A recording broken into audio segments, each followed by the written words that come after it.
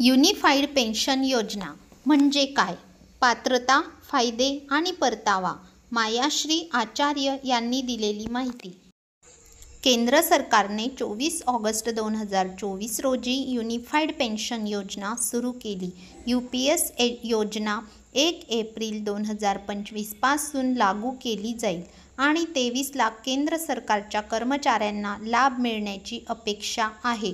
नव्याने सादर केलेल्या UPS योजना, त्याचे तपशील आणि फायदे याबद्दल सर्व काही शोधा.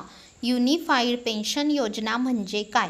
केंद्र सरकारने सरकारी कर्मचाऱ्यांसाठी युनिफाईड पेन्शन स्कीम जाहीर केली आहे. सरकारी कर्मचाऱ्यांना निवृत्तीनंतर स्थिरता, सन्मान आणि आर्थिक सुरक्षा प्रदान करणे, त्यांचे कल्याण आणि सुरक्षित भविष्य सुनिश्चित करणे हे त्यांचे उद्दिष्ट आहे.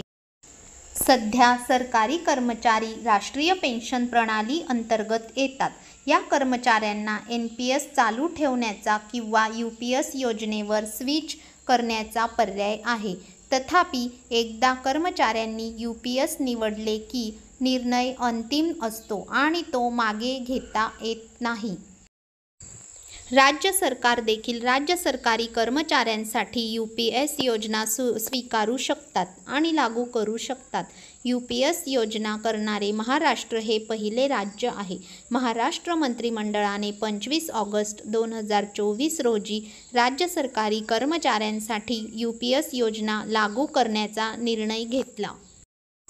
जर सर्व राज्यांनी UPS योजना स्वीकारली तर त्याचा फायदा सध्या देशभरात NPS योजनेअंतर्गत समाविष्ट असलेल्या 90 लाखांहून अधिक सरकारी कर्मचाऱ्यांना होऊ शकतो. UPS योजना पात्रता. किमान 10 वर्षे सेवा पूर्ण केलेले सरकारी कर्मचारी निश्चित पेन्शन रकमेसाठी पात्र आहेत. किमान 25 वर्षे सेवा पूर्ण केलेल्या सरकारी कर्मचाऱ्यांना त्यांच्या सरासरी मूळ वेतनाची टक्केवारी पेन्शन म्हणून मिळण्यास पात्र आहे. नॅशनल पेन्शन सिस्टीम अंतर्गत समाविष्ट असलेले सरकारी कर्मचारी आणि NPS अंतर्गत स्वैच्छिक सेवानिवृत्ती योजना निवडणारे. UPS योजना किमान पेन्शन रक्कम UPS किमान रुपये पेन्शनची हमी देते. किमान 10 वर्षे सेवा पूर्ण करून निवृत्त होणाऱ्या सरकारी कर्मचाऱ्यांना दरमहा 10,000 रुपये.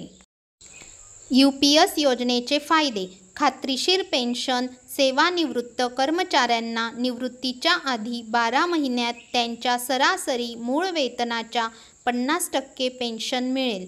किमान 25 वर्षे सेवा असलेल्या कर्मचाऱ्यांना हा लाभ दिला जातो. कमी सेवा कालावधी म्हणजे 10 वर्षे ते 25 वर्षे असलेल्या कर्मचाऱ्यांना अनुपातिक पेन्शन लाभ दिले जातात. सरकारी योगदान. सरकार कर्मचाऱ्यांच्या मूळ पगाराच्या 18.5% पेन्शन फंडात योगदान देईल. कर्मचारी त्यांच्या मूळ वेतनाच्या 10% पेन्शन फंडात योगदान देतील. खात्रीशीर कौटुंबिक निवृत्ती वेतन. निवृत्ती वेतनधारकाचा मृत्यू झाल्यास निवृत्त व्यक्तीच्या मृत्यूपूर्वी लगेचच 60% पेन्शन त्याच्या जोडीदाराला दिली जाईल. खात्रीशीर किमान पेन्शन. किमान 10 वर्षे सेवा असलेल्या कर्मचाऱ्याला रुपये. सेवानिवृत्त झाल्यावर दरमहा 10,000. महागाई निर्देशांक. आश्वासित पेन्शन, खात्रीशीर किमान निवृत्ती वेतन आणि खात्रीशीर कुटुंब निवृत्ती वेतन यावर महागाई निर्देशांक प्रदान केला जाईल. महागाई सवलत सेवा कर्मचाऱ्यांप्रमाणेच औद्योगिक कामगारांसाठी अखिल भारतीय ग्राहक किंमत निर्देशांकावर आधारित असेल. एक रकमी पेमेंट. सेवानिवृत्तांना सेवानिवृत्तीच्या वेळी त्यांच्या ग्रॅच्युइटीसह एक रकमी पेमेंट मिळेल. हे पेमेंट प्रत्येक 6 महिन्यांच्या पूर्ण झालेल्या सेवेसाठी सेवानिवृत्ती तारखेनुसार मासिक वेतनाच्या 1.5 च्या समान असेल. यामुळे खात्रीशीर पेन्शनची रक्कम कमी होणार नाही. UPS योजना परत मिळते. UPS योजना सरकारी कर्मचाऱ्यांना त्यांच्या निवृत्तीनंतर खात्रीशीर पेन्शन रक्कम प्रदान करते.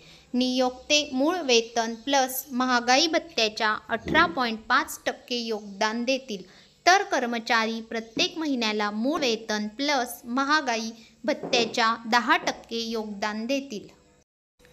25 वर्षांच्या किमान सेवेनंतर निवृत्त झालेल्या कर्मचाऱ्यांना निवृत्तीच्या आधीच्या 12 महिन्यात काढलेल्या त्यांच्या सरासरी मूळ वेतनाच्या 50% पेन्शन म्हणून प्रदान केले जातील. किमान 10 वर्षांच्या सेवेनंतर निवृत्त झालेल्या कर्मचाऱ्यांसाठी निवृत्तीनंतर दरमहा 10,000 रुपये पेन्शन म्हणून दिले जातात. UPS योजना, जुनी पेन्शन योजना आणि राष्ट्रीय निवृत्तीवेतन योजना या दोन्हींमधून वैशिष्ट्ये काढते. UPS निवृत्त कर्मचाऱ्यांना सुरक्षितता प्रदान करून खात्रीशीर पेन्शन, किमान पेन्शन आणि कौटुंबिक निवृत्तीवेतन प्रदान करते. हे कर्मचाऱ्यांचे महागाई रिलीफ समायोजित करून महागाईपासून संरक्षण देखील देते. NPSचे मुख्य मुद्दे: कर्मचाऱ्यांच्या मूळ पगारातून 10% आणि DA कापला जातो. NPS शेअर बाजारावर आधारित आहे, त्यामुळे त्यात गुंतवणूक करणे धोक्याचे आहे.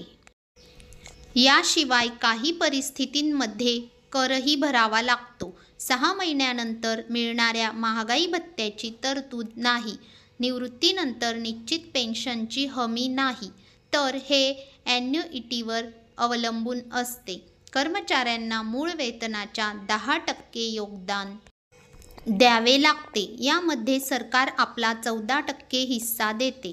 या योजनेत निवृत्तीनंतर निवृत्तीवेतन मिळविण्यासाठी NPS फंडाच्या किमान 40% वार्षिकी घ्यावी लागते. खातेदाराच्या मृत्यूनंतर NPSमध्ये